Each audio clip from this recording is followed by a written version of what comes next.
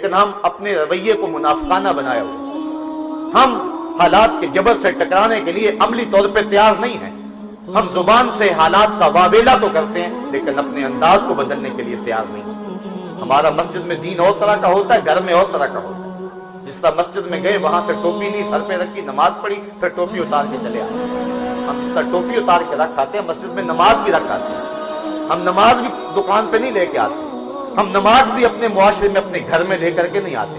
اس وقت ہم اور طرح کے مسلمان ہوتے ہیں، ہماری زندگی کے تیور لچھن طریقے اس وقت اور طرح کے ہوتے ہیں۔ اس کے نتیجے میں اللہ تعالیٰ جل شانہ تو دلوں کے بھید جانتے ہیں، وہ تو دیکھ رہا ہے اس کی زبان بول رہی ہے، دل کیا کہہ رہا ہے۔ چوں بخلوت میرا بن تارے دیگر می کنن، رومی کہتے ہیں جب منبر پہ چیختے ہیں تو جب تھلے اترتے ہیں تو پھر کیفیت اور ہوتی ہے۔ تو اللہ تو دیکھتے ہیں، لوگ تو نہیں دیکھتے، لوگوں کو تو نہیں پتا ہوتا، لوگ تو دھوکہ کھا لیتے ہیں، لیکن اللہ تعالیٰ تو دیکھتا ہے۔ ارا زبیب النملۃ السوداء، کالے پہاڑ کے اندر گہری غار ہے، غار میں چیونٹیوں کا سوراخ ہے، اس سوراخ میں جب چیونٹی چلتی ہے اور اس کے پاؤں سے جو ہلکی سی لکیر بنتی ہے جس کو خلدبین سے بھی نہیں دیکھا جا سکتا، تمہارا رب اس کو یوں دیکھ رہا ہے جس طرح دیوار چین کو دیکھ رہا ہے۔ تمہارے دل میں آنے والے خیالوں سے بے خبر ہے، تمہارے دماغ کی سکرین پہ آنے والی سوچوں سے وہ بے خبر ہے۔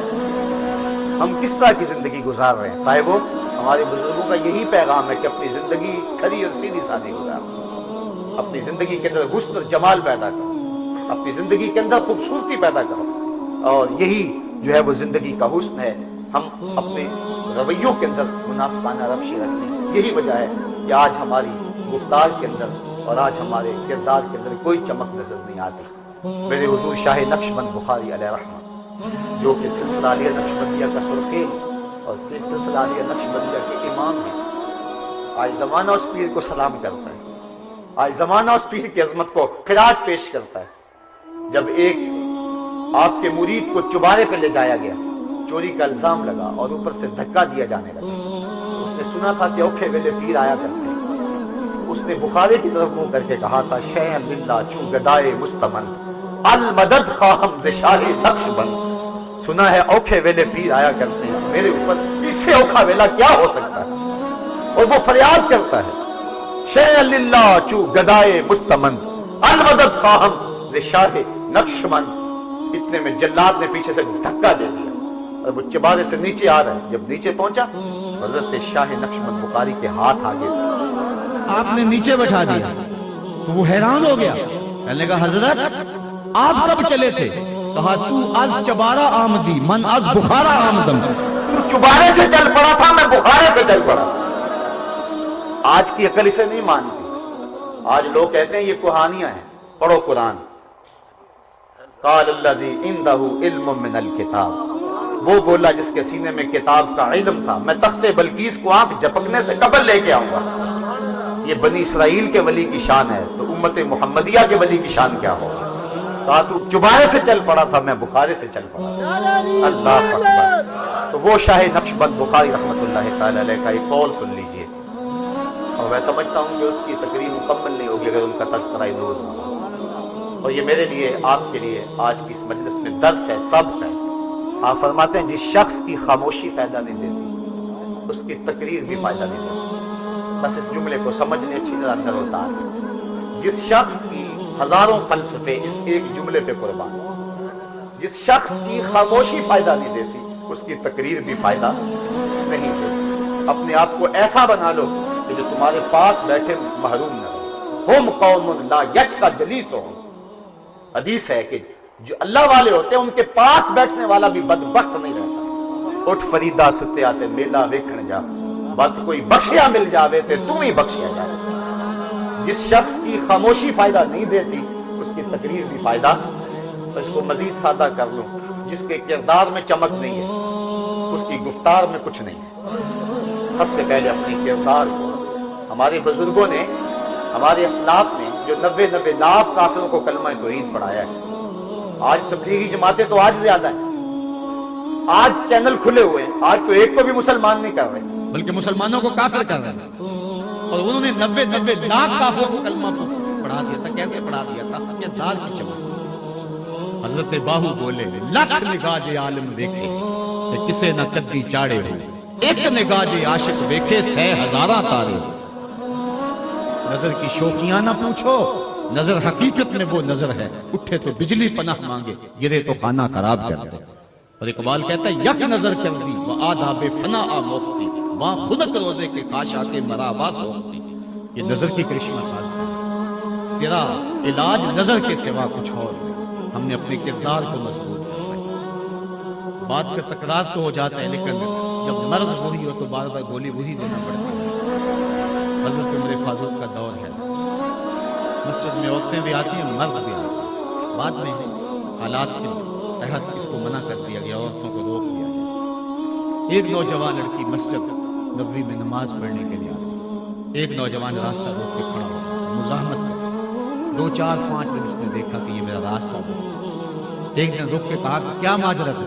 اس نے کہا کہ میں تیرا چاہنے والا ہوں، تیری ادائیں مجھے بھا گئی اور تیرا حسن ایسا ہے کہ میں متوالا ہو گئی، اور تیرے حصول میری زندگی کا ایک مقصد قرار پایا۔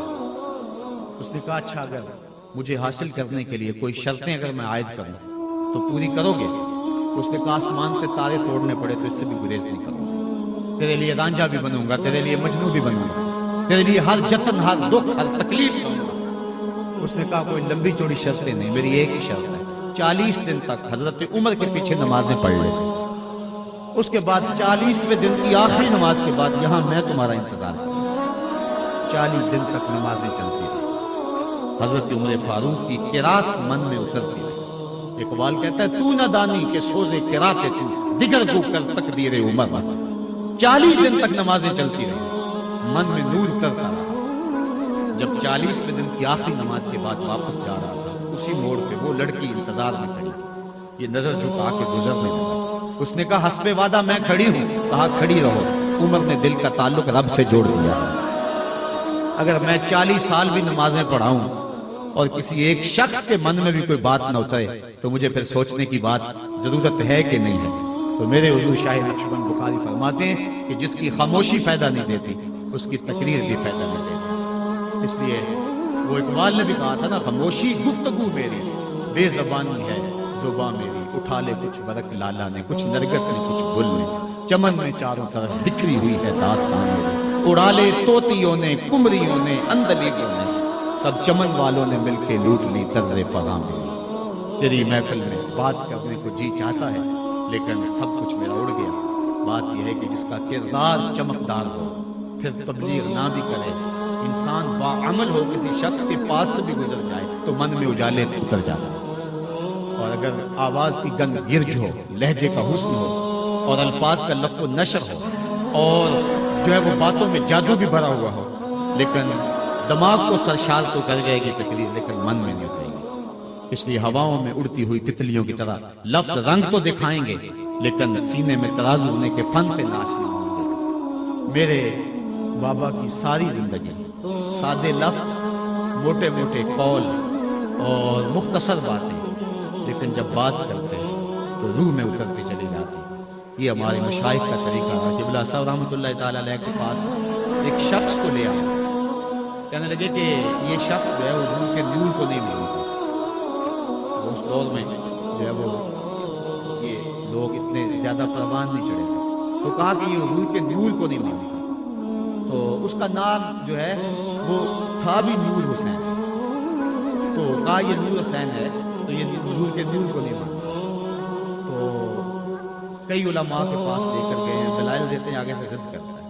تو ہم نے کہا تم اپنے پیروں کے پاس لے گئے تو ہو سکتا ہے وہ کوئی دلیل دے دے اس کی سمجھ میں، تو آپ نے کوئی دلیل نہیں دی۔ اس کی طرف غور سے دیکھا، کہا نور حسین تو حضور کے نور کو نہیں مانتا؟ بس من میں بجلیاں اتر گئی۔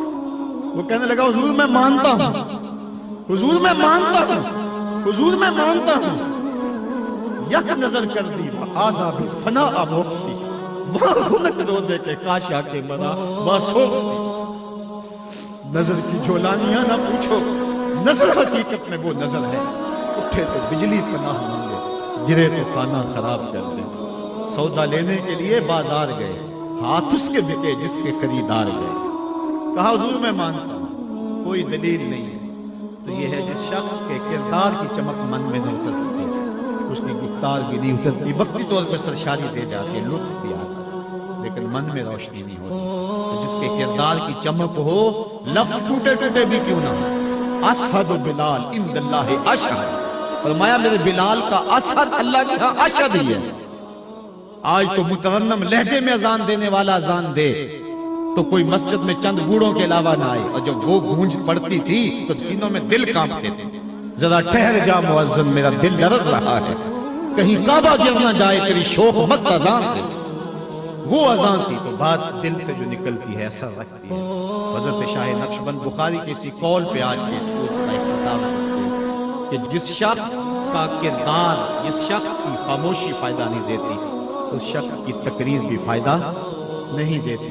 اپنے آپ کو اتنا مؤثر بنائیں، اپنے اندر آپ جھانک کر کے دیکھیں. کسی کی طرف انگلی اٹھانے سے گریز کریں. جو کسی دوسرے کی طرف انگلی اٹھاتا ہے وہ دیکھے کہ باقی تین اس کی اپنی طرف اٹھ رہی ہے، تو کسی کی طرف انگلی نہ اٹھائیں. شہد کی مکھی بنے، یہ گندگی والی غلاظت والی مکھی نہ بنے. یہ دونوں مکھیوں کی فطرت میں فرق ہے. عام مکھی سارے بدن کو چھوڑ کے زخم والی جگہ پہ بیٹھتی ہے، پھر اس گند کو پھیلاتی ہے. اور شہد والی مکھی جو ہے وہ کڑوے رس کو بھی چوستی ہے تو اس سے بھی میٹھا شہد پیدا کرتی ہے. آپ جہاں بھی جائیں وہاں سے ہدایت لے کے آئیں. کسی نے حضرت لقمان حکیم سے پوچھا تھا عقل کہاں سے سیکھی؟ کہا بے وقوفوں سے. عقل بے وقوفوں سے بھی آ جاتی ہے. اس لیے شہد کی مکھی بننے کا مزاج بنائیں. کسی کو کیا دیکھیں، یہ تصوف کی جان ہے. یہ جملہ ہمارے بزرگ فرماتے ہیں کوئی نقص دیکھنے کا شوق ہو تو وہ اپنے میں دیکھے، اور خوبی دیکھنے کا شوق آئے تو وہ دوسروں میں دیکھ لے. اور ہم دوسروں کی طرف تو دیکھتے ہیں، اپنی طرف نہیں غور کرتے. ہم اپنے اندر دیکھیں. پا فقیرہ اندر چاہتی ہے. اپنے اندر دیکھنا ہے کہ ہمارے اندر کیا ہے. اندر صاف ہو گیا تو سب کچھ صاف ہو گیا. جب آئینہ اپنا صاف ہوگا دوسرے بھی ستھرے نظر آئیں گے، ورنہ ہر ایک کے اندر کوئی نہ کوئی گن نظر آئے گا. تو ایک زمانے میں ایک شخص تھا جو پیر کی تلاش میں نکلا، تو پھر کہنے لگا میں 99 پیروں کے پاس گیا. جب 100ویں پیر کے پاس پہنچا تو کہنے لگا 99 پیروں کے پاس گیا، میں نے ہر جگہ سے ایک ایک کمی اور کوتاہی نوٹ کی ہے، اور اب آپ کے پاس آیا ہوں تو چند دن آپ کے پاس گزارنا چاہتا ہوں. حضرت آپ محتاط رہیے گا، میں آپ کی بھی شاید نوٹ کر لوں. اگر اچھائی میری قسمت میں ہوئی تو وہ بھی مل جائے گی. میں 99 جو ہے وہ لوگوں کے پاس ہو کر کے آیا ہوں کہ میں نے خامیاں نوٹ کی. وہ بزرگ فرمانے لگے تیری قسمت پہ جو ہے وہ مجھے ترس آتا ہے. تو 99 چوکٹوں سے ہو کے آیا اور ہر جگہ سے ایک ایک خامی لے کے آیا. کاش کہ ہر جگہ سے ایک ایک خوبی جمع کرتا رہتا. اس وقت تیرے پاس کتنی خوبیوں کا خزانہ ہوتا. لیکن ہر شخص جو ہے وہ اپنے مزاج کے مطابق حاصل کرتا ہے. ہم اپنے آپ کو مؤثر بنائیں، اپنے آپ کو صاف کریں، اپنے باطن کا آئینہ ستھرا کریں.